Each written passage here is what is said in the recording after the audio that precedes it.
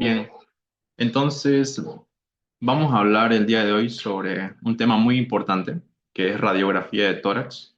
Un tema que es de mucha utilidad cuando vayamos al internado, ¿no? Porque es de los estudios básicos en conjunto con la ecografía que nosotros debemos dominar, bueno, en lo posible, ¿no? Porque son los primeros estudios que vamos a llegar a pedir. Bien, vamos a hablar en sí de radiografía de tórax, ¿no? Pero voy a tratar de englobar la radiografía en general y ya después enfocado en radiografía de tórax. Es importante entenderlo desde un inicio, ¿no? Esa es la forma en la que lo quiero llevar para que lo entiendan. Similar a como lo hace el doctor Toledo, solamente que no voy a incluir la parte de historia, ¿no? Porque no es necesario. Bien, entonces la radiografía, como pueden ver, se define como una técnica de imagen, ¿no? Que utiliza rayos X y que a través de esto, pues, se pueden obtener representaciones bidimensionales de las estructuras internas del cuerpo. ¿Por qué bidimensionales? Porque me representan o muestran una imagen superior e inferior de un órgano. Y no tridimensional, ¿por qué? Porque no me pueden decir qué tan profunda es la lesión. Entonces, ¿a qué es lo que quiero llegar? Tanto la radiografía como la ecografía suelen ser estudios bidimensionales. En cambio, cuando nosotros queremos ver la profundidad de una lesión, utilizamos resonancia magnética y tomografía computarizada. Entonces, quiero decir de que la resonancia magnética y la tomografía van a ser estudios tridimensionales. ¿Por qué? Pues justamente porque en estos puedes ver la profundidad y se puede hacer incluso reconstrucción en 3D del órgano, ¿no? En cambio, en este caso no. Es más simple, ¿no? Es más frontal la imagen. ¿Bien? Obviamente hay vistas laterales, ¿no? Pero no delimitan exactamente la profundidad. Bien. Entonces, continuando, es considerado un estudio complementario de suma importancia junto a la ecografía, como les decía, siendo estos los más accesibles y de gran utilidad en el diagnóstico y la terapéutica. Es importante aclarar de que la radiografía es más de utilidad diagnóstica, ¿ya? A diferencia de la ecografía, que es más de utilidad terapéutica. ¿Por qué? No digo que sea siempre así, en general les estoy diciendo, ¿no? Pues porque la ecografía guía diferentes procedimientos, ¿no? Como la colocación de una vía central o de un cateterismo inclusive, ¿no? Entonces la ecografía participa mucho más en la terapéutica, en algún procedimiento terapéutico. En cambio, la radiografía es más diagnóstica. Obviamente puede ser terapéutico, pero en general. Lo que le estoy diciendo es en general. Entonces, la radiografía pues se realiza en diferentes zonas del cuerpo, como pueden ver aquí, ¿no? De tórax, abdomen, cara, cráneo, pelvis, columna vertebral, extremidades. Y también hay especiales como aquellos en los que se utiliza contraste, ¿no? Como pueden ver aquí. Ahora, como les decía, ¿no? Para que no se queden, ¿no? Con que nosotros sabemos que hay distintas radiografías de acuerdo a dónde o en qué parte del cuerpo se toma. Pero algo que me gustaría que se les quede es que en un paciente traumatizado, las radiografías en las que más vas a pedir son radiografía de cráneo, pelvis, tórax y abdomen.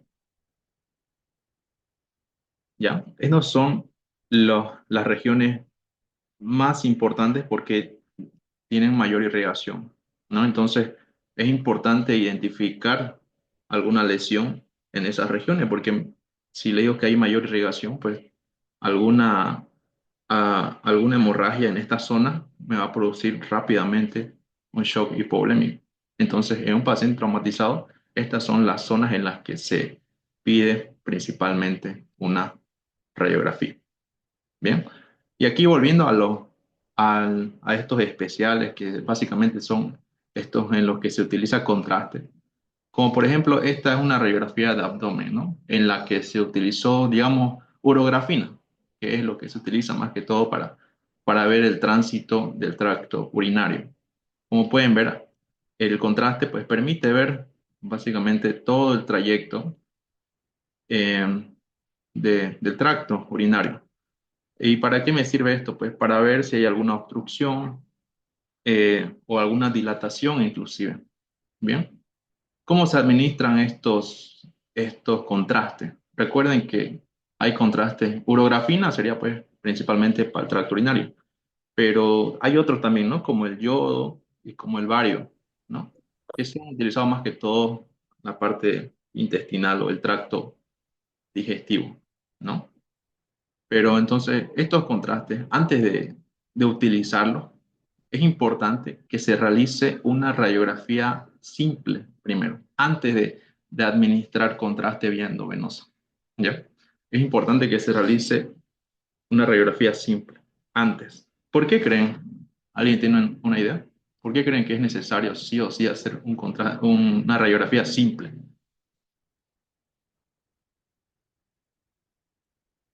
¿Alguna idea?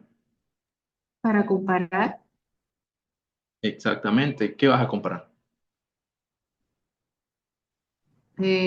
pues las estructuras, los conductos, en el caso, no sé, o los huesos, no sé, comparar todas las estructuras que se pueden observar en la radiografía. Exactamente. Tenés que ver cómo está antes, ¿no? Para ver si hay alguna alteración estructural, inclusive en algún órgano, ¿ya? Para que no te sorprendas, ¿no? Porque es importante que vos sepas cómo ya está antes del paciente, antes de que vos le pongas ese contraste, ¿ya? Tienes que verlo antes, cómo está, ¿bien? Y como dijiste, ¿no? Comparando. Eh, ¿Qué más? Eso, ya. Ahora vamos aquí. Esto es la parte importante. Bueno, para los que están con Toledo, ¿no? Que todo esto es lo mismo. Ya. Vamos a empezar con esta parte que básicamente es cómo hacemos o cómo tomamos la radiografía. Bien. Aquí, como pueden ver en esta imagen, pues digamos que este es el paciente, ¿no? Van a disculpar por la imagen. Pero aquí lo que me interesa es mostrarles los componentes del cuarto donde vamos a tomar la radiografía, ¿no?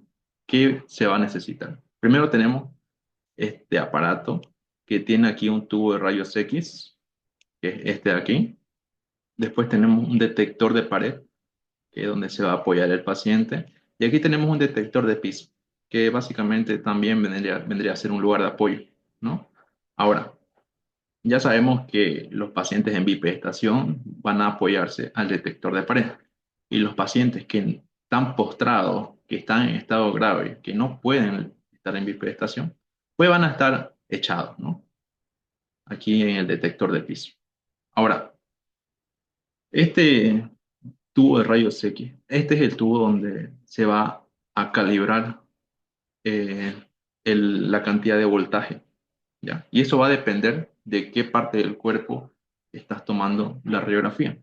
Entonces, de una buena calibración de este tubo de rayos X va a depender de que si una radiografía va a salir blanda o dura, ¿ya? Ustedes saben que una radiografía, una placa, digamos, de tórax blanda, cuando es blanda sabemos que es muy radiopaca, ¿no? Cuando es dura, más radiolúcida, ¿ya? Entonces, es importante hacer una buena calibración antes de emitir los rayos X y tomar en sí la radiografía. Ahora, en esta parte derecha aquí pueden ver los materiales, que básicamente son los materiales de protección. Como pueden ver aquí el delantal, aquí pueden ver como un collar, en forma de collar, ¿no? Que básicamente cubre el cuello. Que pues básicamente, a ver, ¿qué cubre en el cuello? ¿Qué órgano vital tenemos en el cuello? La tiroides, pero por general no, cuando uno va a hacerse una radiografía no le colocan eso. Ya Mm, me he hecho varias radiografías y en ningún momento me han sacado esa pieza, ¿Cómo? ¿Te han tomado esa a ti? del cuello. Sí, a mí y sí, no lo he observado, la verdad. Mm, Generalmente esto lo utilizan el que lo va a tomar, porque el que lo va a tomar es el que tiene que estar protegido también. Al paciente, Generalmente, ¿qué es lo que pueden utilizar? Más que todo cuando es embarazada, digamos, utilizan delantales también como este para, para evitar malformaciones, ¿no? Pero estos equipos que ves aquí, generalmente los que sí o sí deberían ocuparlos, pues son los internos, digámoslo así, también tomamos radiografía. Vamos a tomar en algún punto. Entonces tenemos que estar bien. Ah, pero es por la frecuencia, ¿verdad? Que ellos lo sacan, pues, sacan radiografías constantemente. Exactamente. Justamente por la frecuencia. No vas a comparar un paciente que viene a un hospital a tomarse una radiografía, digamos, una. En cambio, un interno, pues todo el tiempo está tomando y está expuesto, ¿no? La probabilidad de que haya una malformación por la emisión de estos rayos X va a depender de la frecuencia. Entonces, justamente por eso es más importante que lo utilice el que va a tomar la radiografía, ¿ya? Ahorita vamos a ver más a detalle algunos otros aspectos. ¿Alguna pregunta hasta aquí?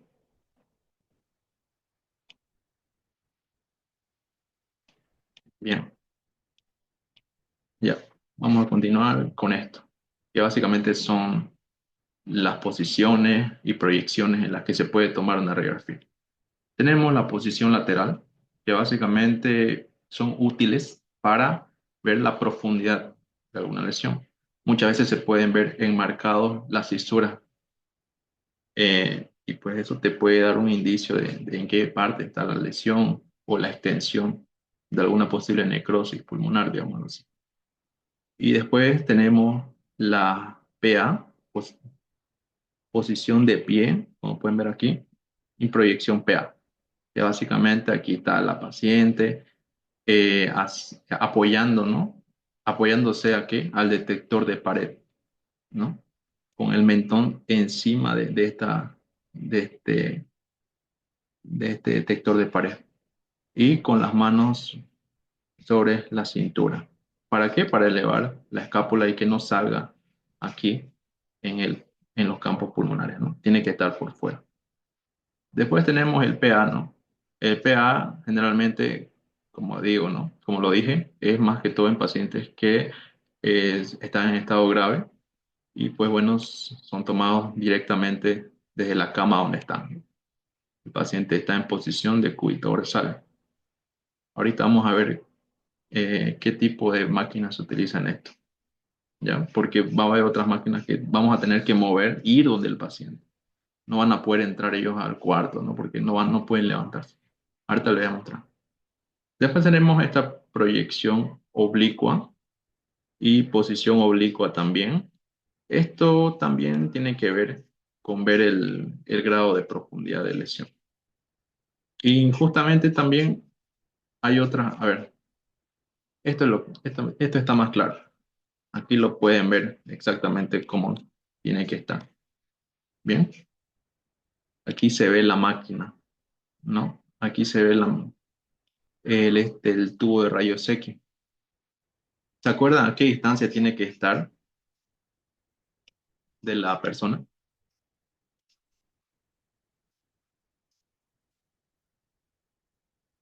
Cuando es una teleradiografía de tórax en PA,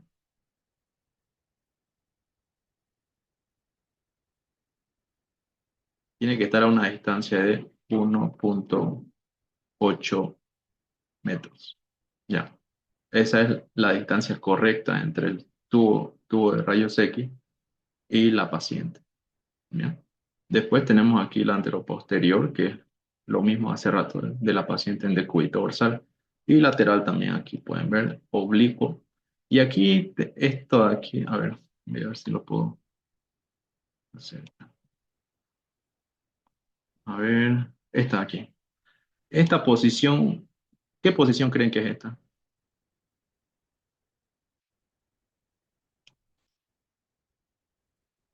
Esta es la posición lordótica. Muy poco usada, pero ¿en qué casos me puede servir? Cuando quiero ver los vértices pulmonares. Cuando quiero ver si estoy sospechando de que una lesión se encuentra en los vértices. Bien, ahí se puede utilizar la posición lordótica. No es muy frecuente su uso, pero es importante que sepan que ahí esa posición. Bien, entonces, continuando con la importancia de la PA y lateral, ¿no? Básicamente aquí nos habla de que en una proyección lateral, pues vamos a ver la profundidad, cosa que no podemos ver cuando está de frente. Entonces, ahora, esto es lo que quisiera que recuerden, es algo básico que ya saben seguramente. ¿Cuál es la diferencia entre una radiografía de tórax PA y AP? La PA, que es la que más van a ver, las escápulas están fuera de la zona pulmonar. ¿Gracias a qué? A que nosotros ponemos nuestras manos sobre la cintura, ¿no? Para que salgan del área pulmonar y no se visualicen. Clavículas se proyectan sobre la zona pulmonar en forma oblicua, magnificación de corazón reducida. ¿Por qué creen que es reducida la magnificación cardíaca en la radiografía de PA?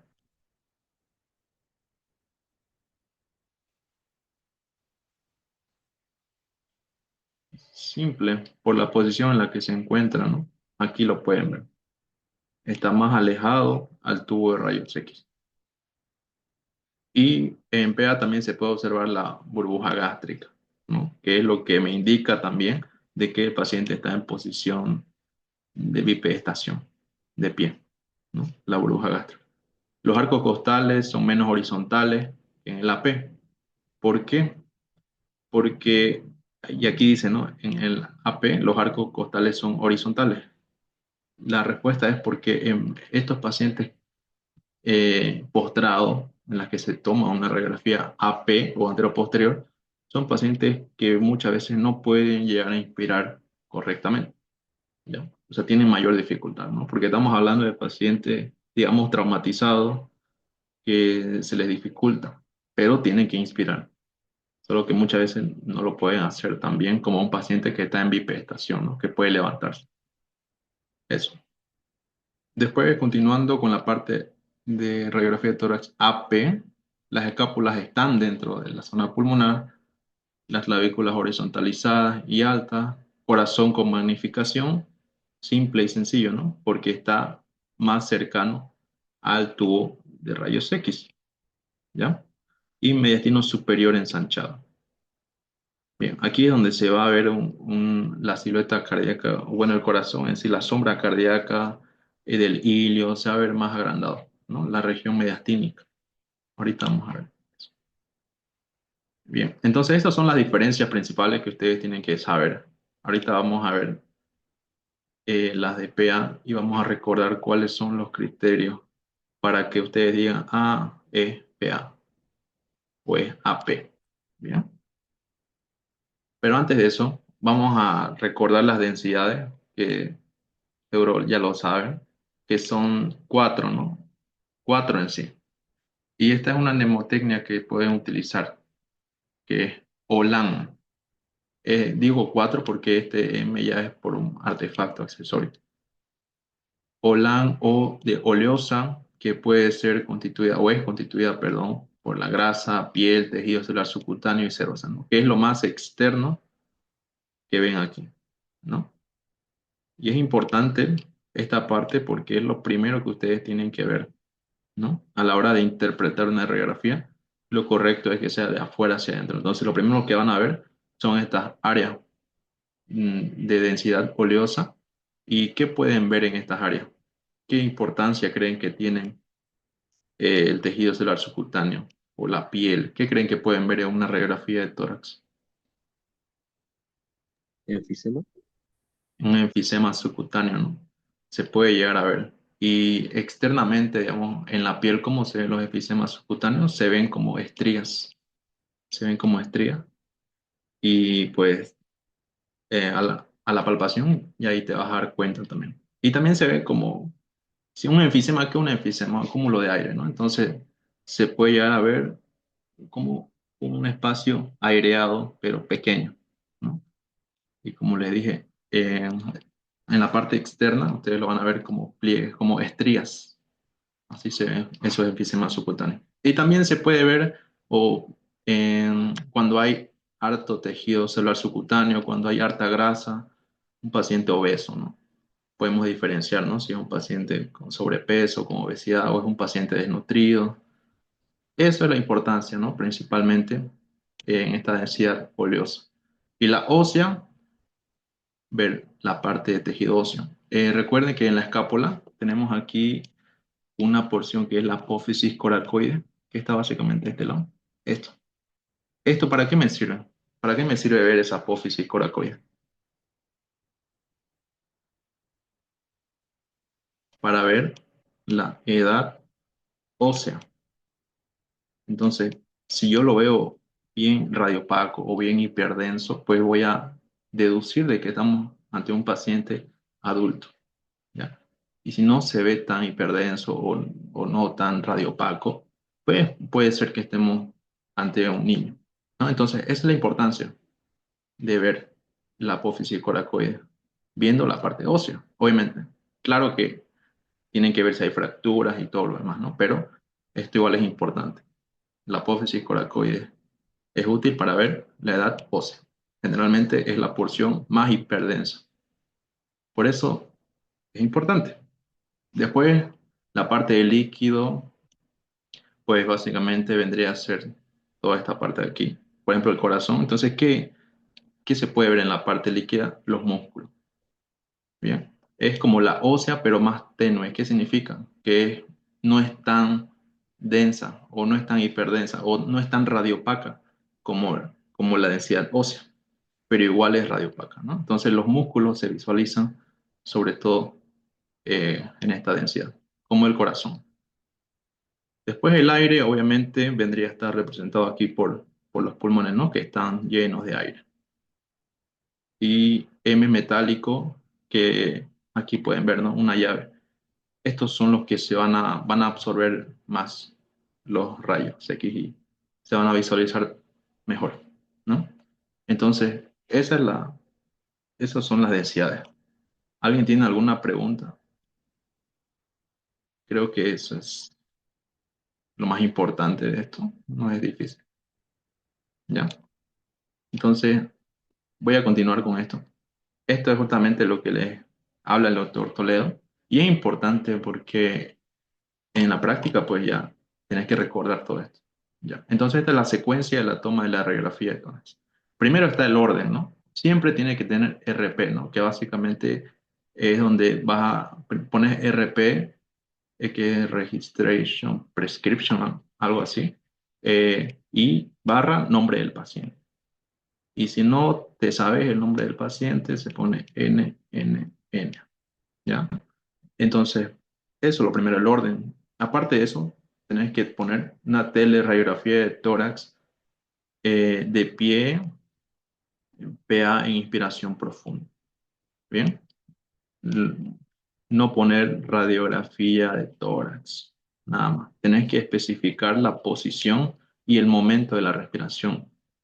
Entonces, como dice aquí, si la paciente es una joven en edad fértil y no está seguro de que si es embarazada o no, poner ojo embarazo. ¿Para qué? Pues para que le ponga el delantal y evite alguna malformación. Entonces, eso es importante. Recuerden que la teleradiografía de tórax se define como la toma de la radiografía en PA en una distancia de 1,80 metros desde el paciente hasta el tubo de rayos X, ¿no? Esa es la distancia. Después de esto tenemos el nombre del médico y fecha y firma, ¿no? Esto les pide sí o sí. Nombre del médico, fecha y firma. A ver, algo para que recuerden lo que ya han pasado con Toledo.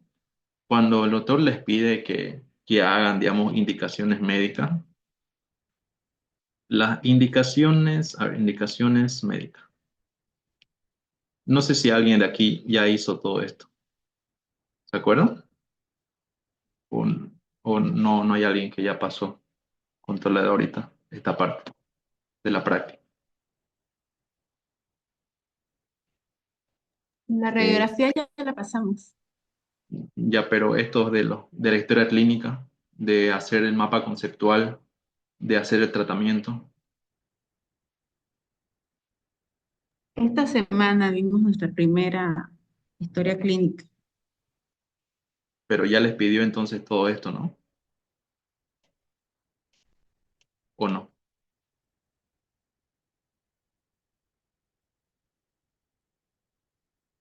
No lo hicieron en Bueno, consultorio.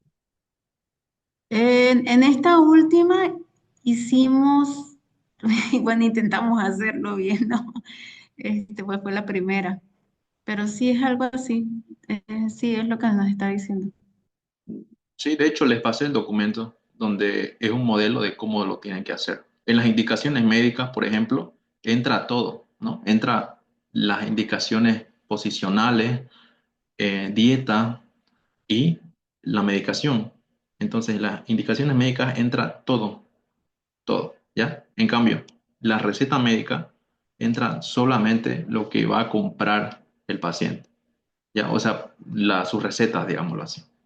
Entonces, esa es la diferencia. Pero el punto es que en estos dos, cuando yo termino de poner todas las indicaciones y cuando termino de poner toda la receta médica, abajito tengo que poner el nombre del médico, fecha y firma. Y obviamente con el respectivo RP, nombre del paciente. En cada sección. Eso es lo que pide. ¿Ya? Entonces es importante eso para que tomen en cuenta en sus prácticas. Ya después esto es lo que han visto, ¿no? También sobre la secuencia, después de el orden, después de pedir la radiografía, pues se prepara un cuarto oscuro, prepara la radiografía, colocar la marca derecha, que es donde van a estar los datos del paciente, ¿no? Toma la radiografía, vuelve al cuarto oscuro, saca la película. Bien, ¿por qué no me explayo mucho en esto? Porque justamente como han visto, pues el doctor dice que todos estos procedimientos son más antiguitos, ¿no? Ahora se cuenta con radiografías más digitales, ¿no? Con equipo digital, como dice aquí, ¿no? Bueno, esto es lo importante, de que lo pone en un líquido revelador. ¿Por qué es importante? Porque actualmente se tiene estos reveladores automáticos, ¿ya? Pero generalmente estos se utilizan con la computadora, o sea, son digitalmente, ¿ya? En cambio, todos estos pasos fijadores, enjuagar, secar, verificar, todo eso es más antiguo, ¿no? Ahora es mucho más corto los procedimientos porque es digital. Ahora, como dice aquí, estos pasos son habituales aún en lugares donde no se cuenta con equipo digital, en lugares donde sí las hay, se cuenta con este revelador automático que básicamente tiene la radiografía lista en 5 minutos. ¿Bien? Entonces es mucho más rápido. Ahorita vamos, esto le quería hablar. Esto, este es el arco en C, este arco en C. Y este estudio se llama fluoroscopía. eh, es una mezcla entre la radiografía y la fluoroscopía, ¿ya? Este estudio se utiliza, esta máquina se utiliza, como ven, en cirugías torácicas, abdominales, para ver el movimiento. Entonces, esta es una combinación de fluoroscopía más rayos X. Y aquí, como pueden ver, pues se va a poder ver, eh, puede ser una buena cateterización de alguna coronaria, se ve el movimiento, ¿no? Pero es más peligrosa en el sentido de que los rayos X se emiten en mayor cantidad, ¿ya? Esa es la única diferencia. Es, es importante que se familiaricen con eso, porque siempre van a ver eso. Incluso cuando van al servicio de medicina interna, hay otros tubos en C que son más chicos, que lo llevan hacia el paciente y ahí le toman también su radiografía AP a los pacientes traumatizados. No con computadora, ¿no? O bueno, no tan grandes, pero son similares los que se utilizan. Ya, ahora sí, a lo que vinimos. Ahora, ver si la radiografía fue bien tomada o no. Bueno, justamente esto es lo que también han visto con el doctor, ¿no? Que es la marca, simetría, rotación, intensidad de disparo, proyección, momento de la respiración y posición de pie. Ahora, aquí lo que tienen que ver, por ejemplo, en la marca, ya saben, ¿no? Generalmente está ubicado en el lado derecho. Otros dicen el lado izquierdo, ¿no? Pero hasta donde yo he visto, ¿no? En el hospital San Juan de Dios japonés, la mayoría tiene la marca en el lado derecho. Y ahí es donde está el nombre del paciente, el tipo de radiografía, ¿bien? Y la hora, la fecha, ¿no? Primero eso entonces. Después tenemos la simetría. ¿Alguien se acuerda cómo se evalúa la simetría de una radiografía de tórax?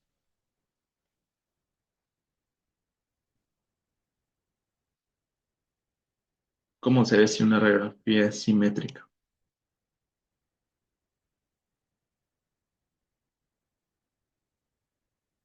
Se ubica la línea medio clavicular hasta arriba de la placa. Y lo mismo en el lado opuesto. Entonces, bueno, tiene que ser lo más eh, equidistante posible, ¿ya? Tienen que ver la distancia, entonces, entre esta, en la parte media, digamos, de la clavícula hasta arriba de la placa, ¿ya? Entonces, tienen que trazarse esas líneas hasta arriba y ver si son simétricas o no. Obviamente, si es simétrica, pues tiene que ser igual uno con la otra, ¿ya? Eso evalúa la simetría. Bueno, de esa forma se evalúa. ¿Y cómo se evalúa la rotación? Viendo la cabeza de la clavícula de los dos lados y trazando una línea por las apófisis de las vértebras. Y tiene que ser equidistante. Bien, entonces con esto yo veo si está rotada la placa o no. Y con esto de aquí, con esta distancia, en los dos se evalúa la distancia, ¿no? Entonces, el de aquí es para ver la simetría y esto para ver la rotación. Ahora, ¿cómo yo puedo saber si está rotado o no una placa? Si digamos que aquí está la línea, la que dice aquí, y aquí está la clavícula derecha, digámoslo así, y aquí está la izquierda. ¿Hacia cuál está más cercano, a la derecha o a la izquierda? La línea imaginaria de la apófisis que hice.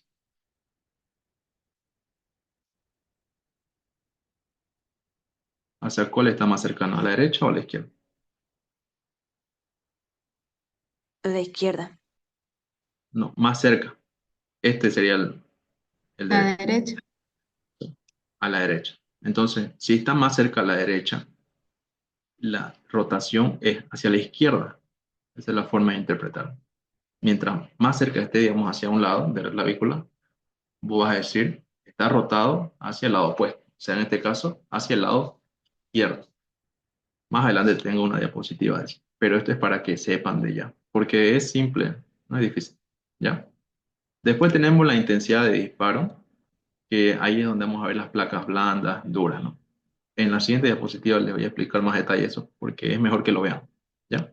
Y la proyección, ya saben, ¿no? PA, AP, todo lo que hemos visto. Momento de respiración, tanto la PA como la AP se toman en inspiración, ¿ya? Eso es importante saber. Y posición de pie. ¿Cómo saben que una radiografía es tomada en posición de pie?